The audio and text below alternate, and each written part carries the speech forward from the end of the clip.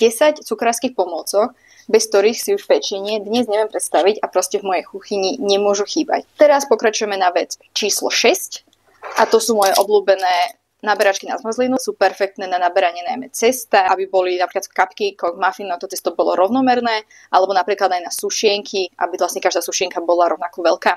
Ideálna je takáto, čiže klasika nejakých myslím 4,5 až 5 cm priemer. Ešte dokúpila takúto, je to vlastne malinká, nejaké 3 až 4 cm priemer. Naozaj nedopustím, milujem. Ďalej sa posunieme na ďalší prírastok v rámci mojej cukrárskej dielne a to sú magnety. Opätovne mám ich s Tescomi. Perfektné, najmä teda, keď máš plech, dáš si tam papier na pečenie, aby sa ti papier nehýbal, nemusíš tam dávať zo spodu cestu a podobne, samozrejme to treba umývať, to sa mne nikdy nechce.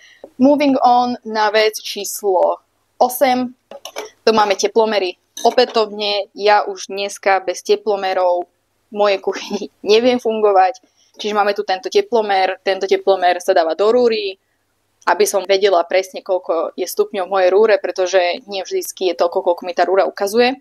Zistila som. No a potom je to samozrejme takýto obyčajný teda teplomer.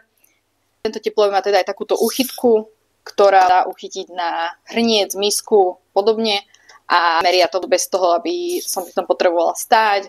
Nastavím si to, je pohybné hore-dole, čo je vlastne super a meria to teda aj Fahrenheity, aj stupne Celzia. Potom máme teda predposlednú a to sú mašľovačky.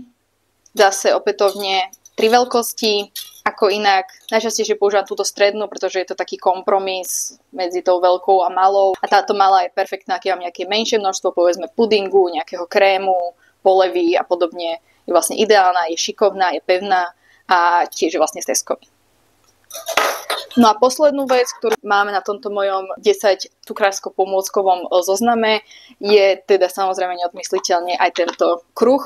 Keď potiahujem tortu, najmä teda tými krémami, na čo potom teda používam na vyrovnanie túto špachtlu, tak ideálne dať si ho sem, točíš a proste ideš takisto aj pri zdobení a podobne, nemusíš sa ty točiť okolo toho, alebo si to celé vlastne manuálne posúvať. Čiže perfektné, ale samozrejme nielen na torty, na cupcakey, na tartaletky a rôzne iné veci. Je ti to jednoduchšie, aby sa to točilo, aby si to ty točil sám.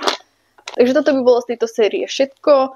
Pokiaľ sa nájdú nejaké nové pomocky, ktoré by som ti chcela ukázať, tak budú ďalšie série takéhoto videa.